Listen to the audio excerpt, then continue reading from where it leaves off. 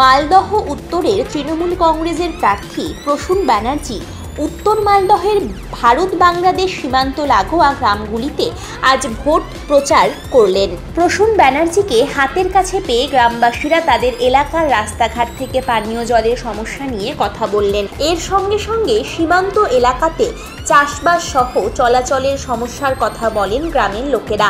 প্রচণ্ড গরমের মধ্যে এক গ্রামবাসীর বাড়িতে মাটির বারান্দাতে বসে পেঁয়াজ, লঙ্কা, আলু সেদ্ধ, মাছ ভাজা দিয়ে পান্তা ভাত খেলেন প্রসূন ব্যানার্জি। ভারত বাংলাদেশ সীমান্তের সোনঘাট, আদাডাঙ্গা, বোকাদহ, তালতলি, ডোবাপাড়া সহ বিভিন্ন এলাকাতে প্রচার করেন তিনি। পাশাপাশি সোনঘাট এলাকায় রাধা গোবিন্দ মন্দিরে মতুয়া সম্প্রদায়ের মানুষদের সঙ্গে নিজে হাতে বাজনা বাজিয়ে নাচ গান করেন। এদিন তার সাথে প্রচারে উপস্থিত ছিলেন তৃণমূলের জেলা পরিষদ সদস্য অশোক সরকার, পুরাতন মালদহ পৌরসভার ভাইস চেয়ারম্যান শফিকুল ইসলাম, জেলা INTTUCর জেলা সভাপতি শুভদীপ সান্যাল, জেলা পরিবহন বিভাগের চেয়ারম্যান অমল কিস্কু সহ জেলা নেতৃত্ব।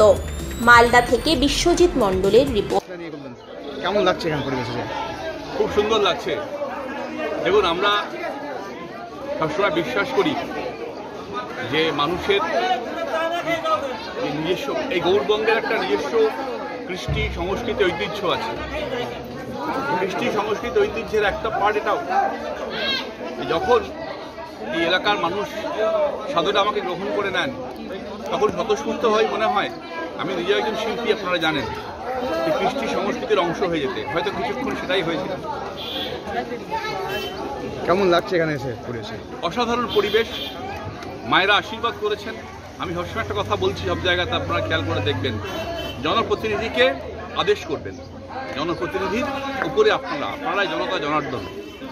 তো আমি ওনাদেরকে বলেছি যে আমি আবার এখানে আসব, এবং আজকে যেহেতু নির্বাচনী বিধি চলছে, আপনি দেখেছেন যে আমি এখানে কোনো রাজনীতির কথাটাই বলিনি। আমি এটা বিশ্বাস করি যে সব জায়গায় রাজনীতির কথা বলা যায়। আমি শুধু ওনাদের আশীর্বাদ আমাকে করেছেন। আমি চেয়েছি আমি ওনাদের যে কালচারাল অ্যাক্টিভিটিস ছিল তার মধ্যে আমি অংশগ্রহণ করেছি। আমি অভিভূত, আমি কৃতজ্ঞ এলাকার মানুষের কাছে আমাকে আশীর্বাদ।